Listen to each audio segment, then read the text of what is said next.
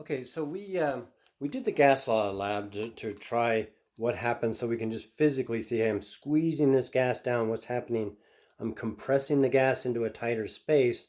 The particles are packed in, they're tighter. They're hitting the walls more often, the pressure goes up. And so we manipulated pressure and volume, pressure and the number of particles, and the pressure and the temperature to see how that happened and just to physically see what's going on. Now in this video, let's get into detailing some of this, really represented at the particle level, and developing these relationships and even developing some mathematical modeling for the gas variables. Let's start with pressure versus volume. Um, if I take a gas, and I'm going to show the particle model. Now in this section, really the gas laws is something to help us fortify our understanding of the energy of motion of particles. So we're always going to be showing these particles moving by showing an arrow showing them moving. I'm going to take that gas and I'm going to expand it into a greater volume. So I'm going to pick it up. So now I'm going to show that the gas, the number of particles is the same, and I'm not changing the temperature. How am I showing with my particle model that I'm not changing the temperature? I'm showing arrows the same length. So I'm keeping the number of particles the same. I'm keeping the temperature the same. I'm just expanding the volume. What happens is these particles now travel a little further before they hit the walls. Since pressure is caused by collisions of particles against the walls, I'm now getting less frequent collisions because they have to travel further between hitting the walls. So what I would expect, and what we found in our data, is a graph that looks something like this. If I graph pressure versus volume, I get this kind of y equals 1 over x curve. So the equation for the line that we get is in this type, y equals 1 over x, or y and x being inversely proportional. So I'm going to show pressure equals constant over volume. So this is the relationship of this line. The line also makes sense for a couple, if you think about it, what's going on. So if I squeeze the volume down really tight, the particles are now hitting the walls, the pressure goes up. But since there is no such thing as negative volume, the pressure would tend to go towards infinity as I squeeze the volume tighter and tighter and tighter. So there is no such thing as negative volume, so this graph is only going to exist with positive volume. And then, of course, what happens is I spread the volume out. There is no such thing as negative pressure, right? The pressure can go towards zero, but there is no such thing as negative pressure. There can be pressure in a negative direction. That's different. We get in that in physics. But pressure cannot be negative. You can get the pressure down to zero, and that's as low a pressure as you can get. So as I expand this volume over way out and huge, the pressure would tend to fade towards zero. Let's work with that equation.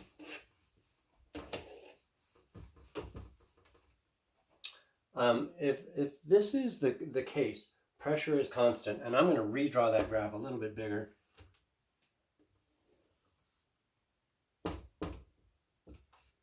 And let's look at a couple of cases. And one of the things we'd want to be able to do is look at this graph and look at it. So what do I get? Small volume. I'm going to show really small.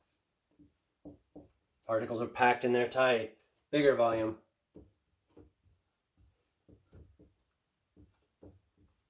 Same length arrows, more space, right? So small volume, big pressure.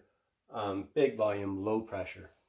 Let's work out with this relationship. The pressure is equal to some constant times volume, and solve for the constant and isolate the constant on one side. Multiply both sides by V. I get pressure times volume is constant.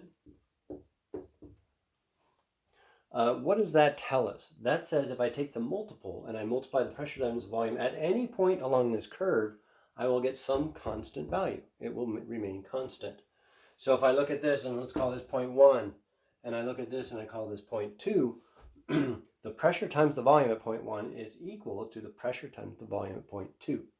I can write that this way. Pressure at point 1 times volume at point 1 equals pressure at point 2 and volume at point 2. And this gives us a relationship where I can change volume or change pressure, and I can predict what my new pressure will be or volume will be. So we're looking at these 2 points. Now let's try it in a word problem. And I'm going to write the whole thing out in the affiliated Google Doc. But so let's say I've got, and let me pull it here. I've got a gas in a chamber that has a pressure of 1.6 atmospheres. So pressure initial is 1.50 atmospheres. And my other initial condition is the volume is 200 milliliters. And I'm going to put a dot here because I want to keep those 3 sig figs. That's my initial condition. So there's my gas at these conditions. What I'm going to do, I'm going to decrease the volume. I'm going to compress this thing down. Volume after is going to be 50.0 milliliters. And what I want to know is, what is P2? So with a given change of volume, and I know what my starting pressure is, I can find, under these new conditions with this new volume, what is the pressure? I'll plug it into this equation. P1, 1.50 times V1, 200, equals P2 times my new volume. And now I can solve for P2. Multiply these, divide by 50, and I'm going to get that the pressure goes up 4 times.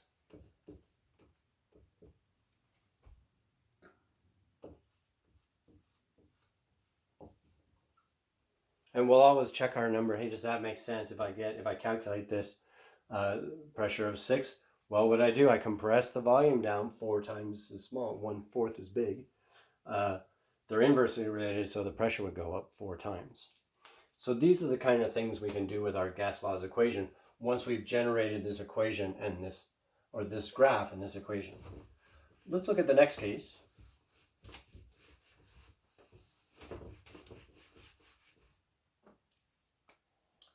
Pressure versus number of particles, which I'll abbreviate N. We'll see later we'll have N is going to become the moles. But pressure versus number of particles. This one is really straightforward and easy to see. I start with a certain number of particles in a container. And then I'm going to keep temperature and volume constant. I'm going to change one variable at a time. And I'm going to add more particles. What happens as I add more particles? Well, the frequency of collisions with the walls now is going to increase. So I would expect that the pressure goes up. And in fact, I get a directly proportional relationship if I graph pressure and number of particles. And it just makes sense. Well, if I double the number of particles, the number of collisions with the walls at constant temperature and volume will double. If I triple the number of particles, I'm going to get 3 times the number of collisions with the walls. And of course, it makes sense this would be at the origin, because if I have no particles or a vacuum, there will be no collisions with the wall. There will be 0 pressure. And so we get this one. This is a Y equals mx relationship, or pressure is equal to some sort of constant, that's the slope, times the number of particles. Let's isolate for the constant, or solve for isolate the constant on one side. Divide both sides by n. V over n equals constant. Which means, if I look at 2 different scenarios, 0.1, 0.2, the pressure divided by the number of particles is going to be some constant value, or P1 over N1 equals P2 over N2. That is my relationship for pressure and number of particles. And this is one. So if I change the number of particles, right now when we're talking about number of particles, we're going to talk a certain number of puffs of particles or something like that, because we're not at moles yet. We'll get there soon. Let's look at the third one, because there's more going on with that.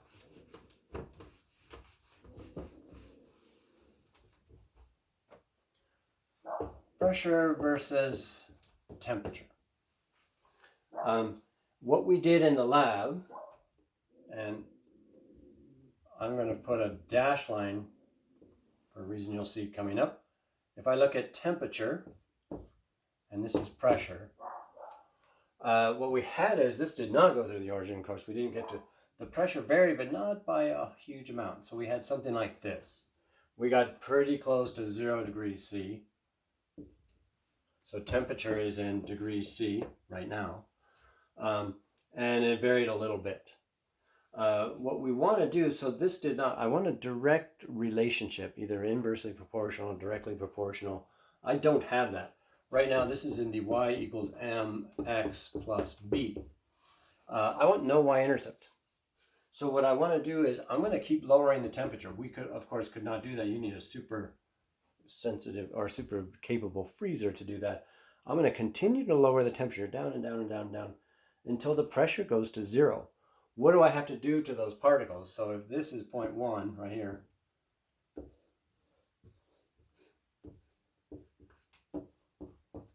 and that's where I'm at here at 0.1, what do I have to do? I got to get them moving slower and slower and slower and slower.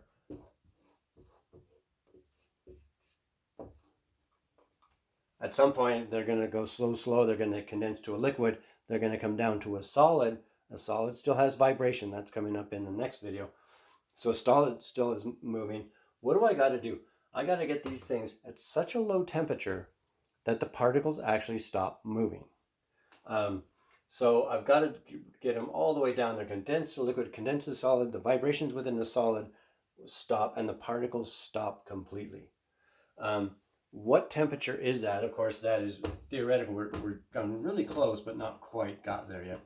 Negative 273 degrees. At negative 273 degrees, the particles will have stopped. And that would give me an origin. So what they've done, and a guy named Lord Kelvin came up with this, so it's named after him. They said, well, let's develop a new temperature scale, and let's just take it. It's going to be the same. 1 degree C is equal to 1 Kelvin. So same basically increments, but let's take the axis, and instead of making this the 0 point or the y-axis, let's bring it down to here, and let's call that 0, and it's a new temperature scale called Kelvin. The Kelvin temperature scale is based on the motion of particles. I'm at 0, when the particles have 0 motion, at that temperature, it's called 0 Kelvin. And then, of course, what would I have here? What is 0 degrees C? It would be 273 Kelvin. So the conversion for this is fairly simple. Take the degrees C, add 273, and I get the Kelvin temperature. Let's work one problem with this. Yeah.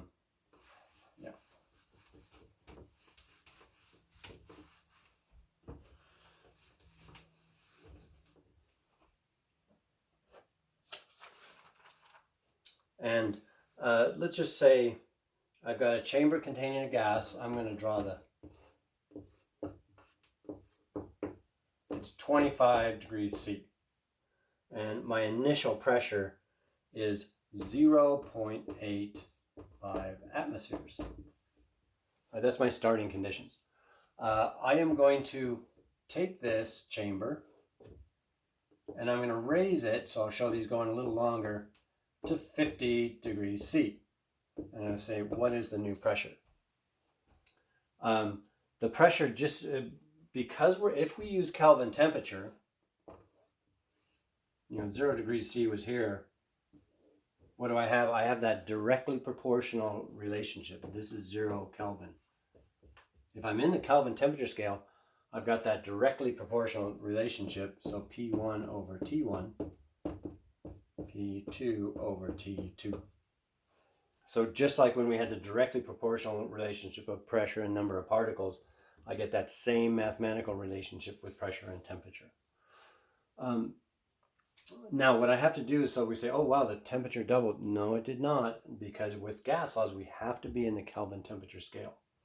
So P1 equals 0.85 atmosphere.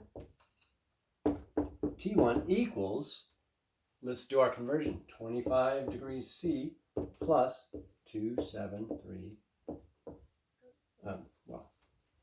equals 298 Kelvin. So now my temperature is converted so that I can plug it into this equation where temperature must be in Kelvin. P2 is our unknown. T2 equals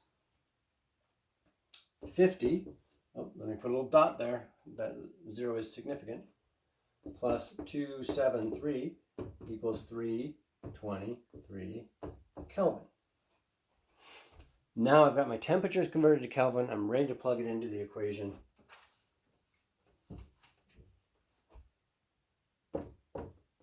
Well, I've already got it written. So P1, 0.85 over T1, 298.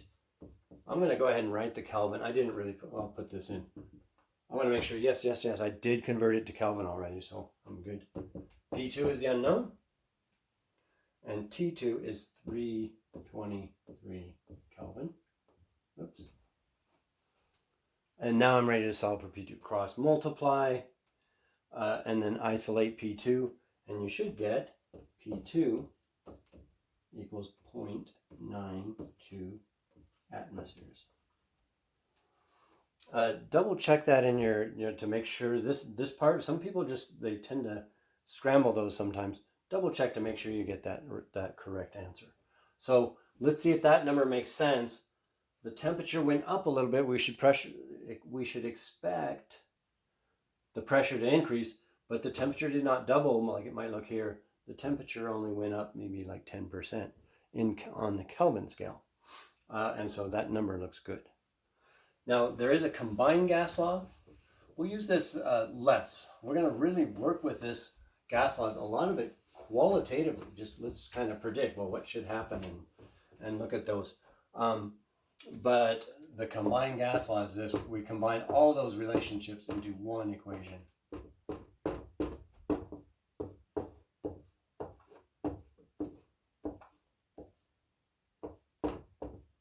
And that allows us to calculate, if I change the conditions of a gas, what are my new variables? And so we're going to work with this, some qualitative problems, just explaining, hey, if I do this, if a bicycle tire heats up, what should happen to the pressure volume? And then a little bit of crunching the numbers on that too.